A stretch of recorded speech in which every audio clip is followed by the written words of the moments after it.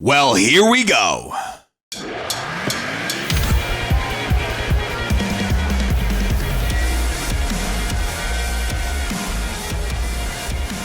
Hey guys, I hope you're having a wonderful, stupendous day today. If you love the Yankees but you're not subscribed, be sure to subscribe. We're on the road to 20,000 subscribers. So if you could help us get there, that would be an absolute blessing. But thank you to those who are subscribed and who hit that like button, who comment. It's been a crazy past couple days, but we hold it down over here. So thank you guys so much. Listen, it's been wild. The hot stove is hot. And the Yankees, seems like I said the other day, their hand is in every single pot. As it should be, they need to improve this team. They traded for Jazz Chisholm, which I like the trade. I like it. He's a different player from what we have on the team. He's athletic. He's spry. He's ready to go. I like the move, and especially for second base. Them putting him in center field last night, whatever, because you still have Gleyber in house. But Aaron Boone also said, hey, maybe we could try Jazz over there at third base. And Jazz, after the game, he was owning it. He was saying, if the Yankees need me over there, sure, I'll go play some third base. Gleyber Torres, not so much. When proposed the idea of playing third base, Gleyber Torres said, I'm a second baseman. I play second. And then he proceeded to say, I'm open to working out over there if they need me. But his first comments, I'm a second baseman. I play second. Gleyber Torres, last night, you made a play that mostly everybody watching this video could have made that routine ground ball play. You were right in front of it, Gleyber. The guy out in center field could definitely make that play, Gleyber Torres. And you did not make that play. You're a big leaguer. You have to make that play.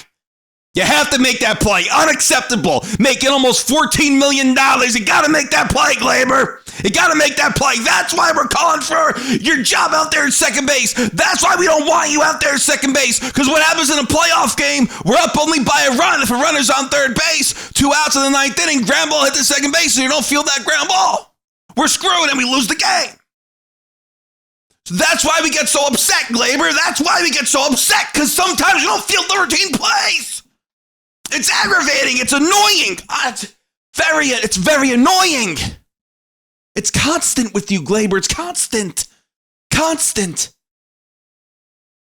So then bringing in Jazz Chisholm, I don't think he's going to go play third base, but he might if they can't find a home for Torres.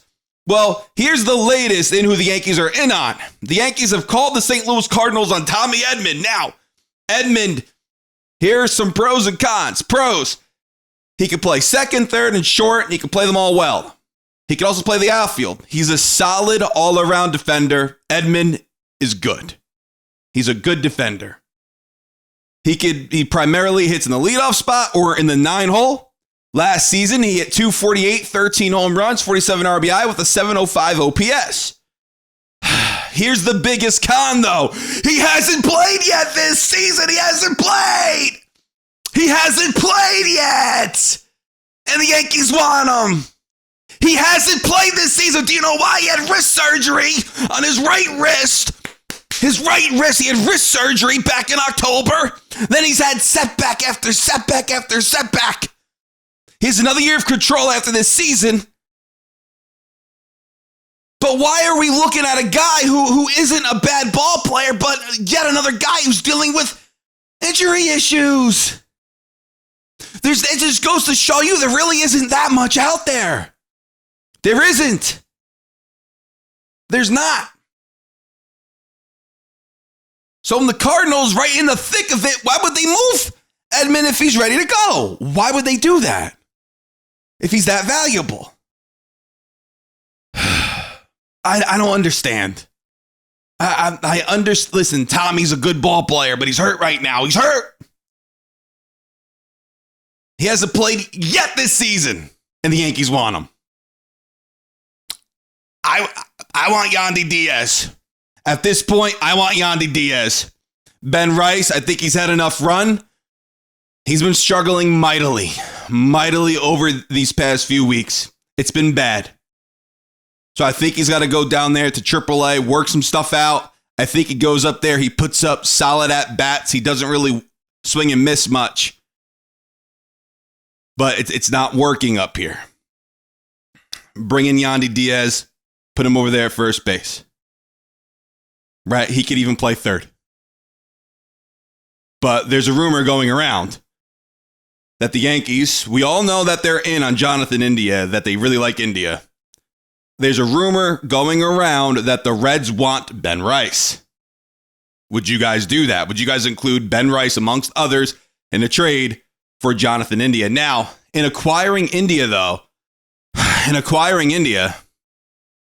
you put him at second base. He's not a third baseman. He's a second baseman. So then with Jazz, you kind of have to put him over there at third. You're going to have to try. He's played second. He's played a really great second base. He's played short, but he's not a great shortstop. He's a great second baseman, not a great shortstop. So bringing in Jazz, I'm thinking that's your idea, is to put him over there at second base. Well, if you're still in on India, and if you acquire India, well, I mean, I guess it's a good problem to have. And you could try Jazz over there at third base. If it works out, it works out. The kid's talented as anything. But it's just a little confusing. Listen, we're going to see what happens. Maybe Rengifo, but Rengifo's not a great defender. I would just rather throw Jazz over there at third. I would just rather try Jazz over there at third base. Rengifo has a wrist issue as well. Okay, and I know Jazz, his health hasn't been immaculate either. But trading for injury-prone players or players that have dealt with injuries this season is just a big red flag for me. I'm sorry, it is. We'll see what happens, but the Gleyber Torres comment really pissed me off. It really did. It's like, Gleyber, you're making that comment right after you botched the final out of the game. What could have been the final out of the game. You then say, you're only a second baseman, you play second. You understand why this could piss people off? Unbelievable. We'll see what happens, though. I'm going to keep you guys updated. I'm live streaming tonight, 9 p.m., a 3-hour stream, 9 p.m. to 12 a.m. We'll see how it goes. But listen, thank you guys so much for watching. This is Joe, and until next time, and anything that happens, I'm going to keep you guys updated. So please subscribe. This is Joe. And until next time, signing out.